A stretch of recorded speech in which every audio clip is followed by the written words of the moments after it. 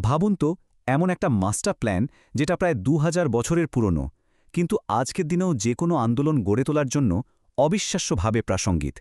এটা শুধু একজন বিশ্বাসী হওয়া থেকে বেরিয়ে এসে কিভাবে একজন সক্রিয় শিষ্য হয়ে ওঠা যায়, সেই মানসিকতার এক গভীর পরিবর্তন নিয়ে আসে। তো চলুন তাহলে ধাপে ধাপে দেখে নেওয়া যাক এই প্রাচীন কিন্তু শক্তিশালী পরিকল্পনাটা ঠিক কিভাবে কাজ করে। তো চলুন শুরু করা যাক প্রথম পর্ব দিয়ে। এখানে আমরা দেখব মূল সমস্যাটা আসলে কী ছিল। একবার ভাবুন তো, আজকের দিনে যদি কাউকে এমন একটা কাজ দেওয়া হয়, কি মনে হয়? প্রথম কথাই হবে, এটা তো একটা অসম্ভব মিশন, তাই না? কিন্তু আসল ব্যাপারটা কি জানেন? এর সমাধান কোনো নতুন মার্কেটিং কৌশলে নেই, বরং লুকিয়ে আছে প্রায় ২০০০ বছরের পুরনো এক প্র্যাকটিক্যাল নকশার মধ্যে। এটা কোনো তত্ত্বকথা নয়, বরং সাধারণ মানুষের ঘরে শুরু হওয়া এক তৃণমূল স্তরের আন্দোলনের জন্য একটা অসাধারণ ফিল্ড গাইড।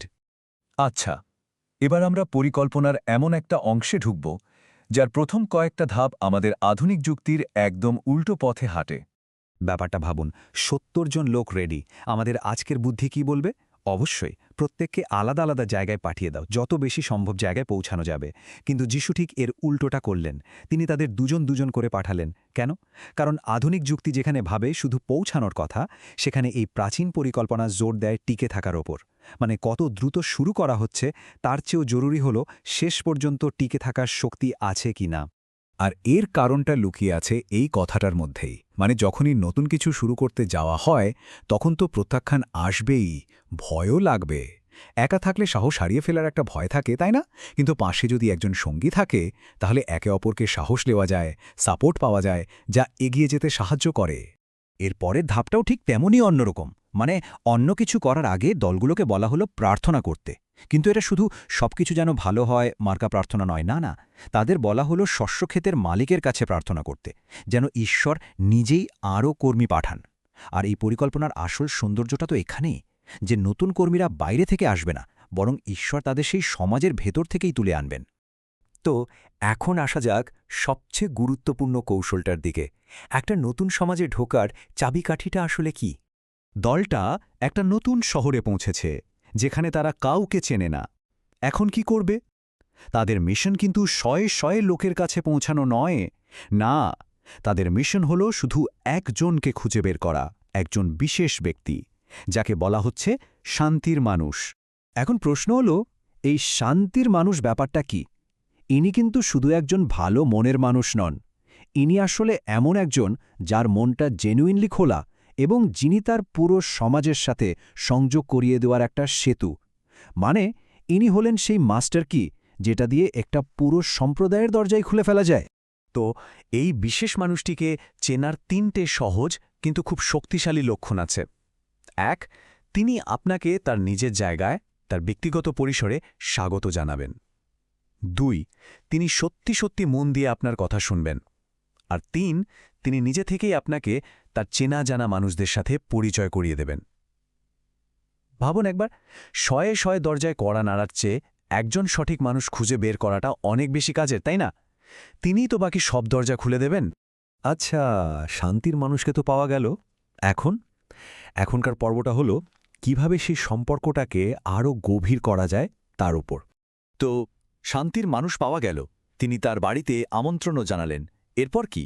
কোনো পাওয়ারপয়েন্ট প্রেজেন্টেশন? না, একদমই না। নির্দেশটা ছিল খুবই সাধারণ, কিন্তু অবিশ্বাস্য রকমের গভীর। সেই বাড়িতেই থাকো আর একসাথে খাবার খাও। আচ্ছা, ক্ষমতার ব্যাপারটা একবার ভাবুন তো। যখন কেউ মঞ্চে দাঁড়িয়ে বক্তৃতা দেয়, তখন ক্ষমতা কার হাতে থাকে? বক্তার হাতে।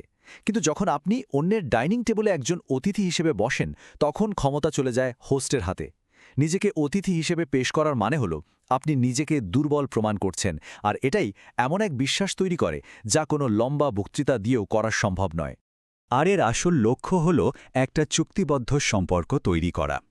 এটা কিন্তু কোনো আইনি চুক্তি বা ফর্মাল এগ্রিমেন্ট নয়। এটা হলো বিশ্বাসের ওপর ভিত্তি করে গড়ে ওঠা একটা গভীর পারিবারিক বন্ধন। মানে জীবনটা একে অপরের সাথে ভাগ করে নেওয়ার সম্পর্ক। আর এই সম্পর্কটা আরও মজবুত হয় কিভাবে জানেন? কাজের মাধ্যমে সহানুভূতি দেখিয়ে।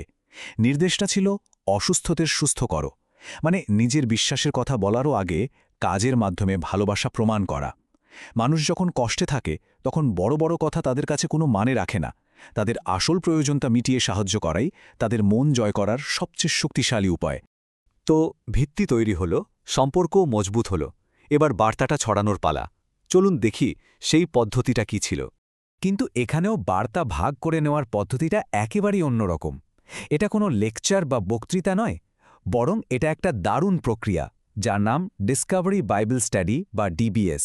এটাকে ক্লাসরুমে থেকে একটা গুপ্তধন খোঁজার অভিযানের সঙ্গে তুলনা করা যায়।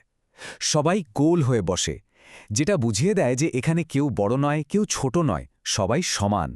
কোনো এক্সপার্ট নেই, সবাই মিলে আবিষ্কারক।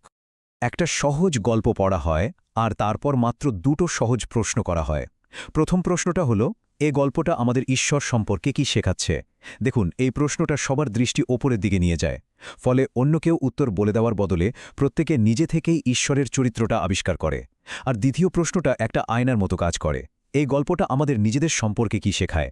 ব্যাস, হঠাৎ করেই 1000 বছরের পুরনো একটা লেখা একেবারে ব্যক্তিগত আর প্রাসঙ্গিক হয়ে ওঠে।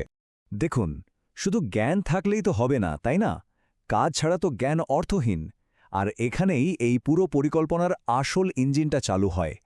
এর সবচেয়ে জরুরি অংশটা হলো জবাবদিহিতা। ভাবুন তো, এটা অনেকটা জিমে একজন পার্সোনাল ট্রেনারের মতো। শুধু ইউটিউবে ব্যায়ামের ভিডিও দেখলেই তো মাসেল তৈরি হয় না, তাই না? ব্যায়ামটা তো নিজেকেই করতে হয়। জবাবদিহিতা ঠিক সেই কাজটাই করে। যা জানা আছে সেটাকে নিজের জীবনের একটা অংশে পরিণত করে। আর এই জবাবদিহিতা দাঁড়িয়ে আছে 2টো সহজ কিন্তু ভীষণ শক্তিশালী প্রশ্নের ওপর। প্রথম প্রশ্নটা হলো, গত সপ্তাহে আমরা যা শিখেছিলাম তার মধ্যে কোনটা পালন করা হয়েছে? খেয়াল করেছেন? প্রশ্নটা কিন্তু এটা নয় যে কি মনে আছে, প্রশ্নটা হলো কি করা হয়েছে। মানে ফোকাসটা জানা থেকে সরাসরি করার দিকে চলে গেল। আর দ্বিতীয় প্রশ্নটাই হলো এই বহুগুণ বৃদ্ধির আসল সিক্রেট সস। প্রশ্নটা হলো, এই বিষয়টা কার সাথে ভাগ করে নেওয়া হবে?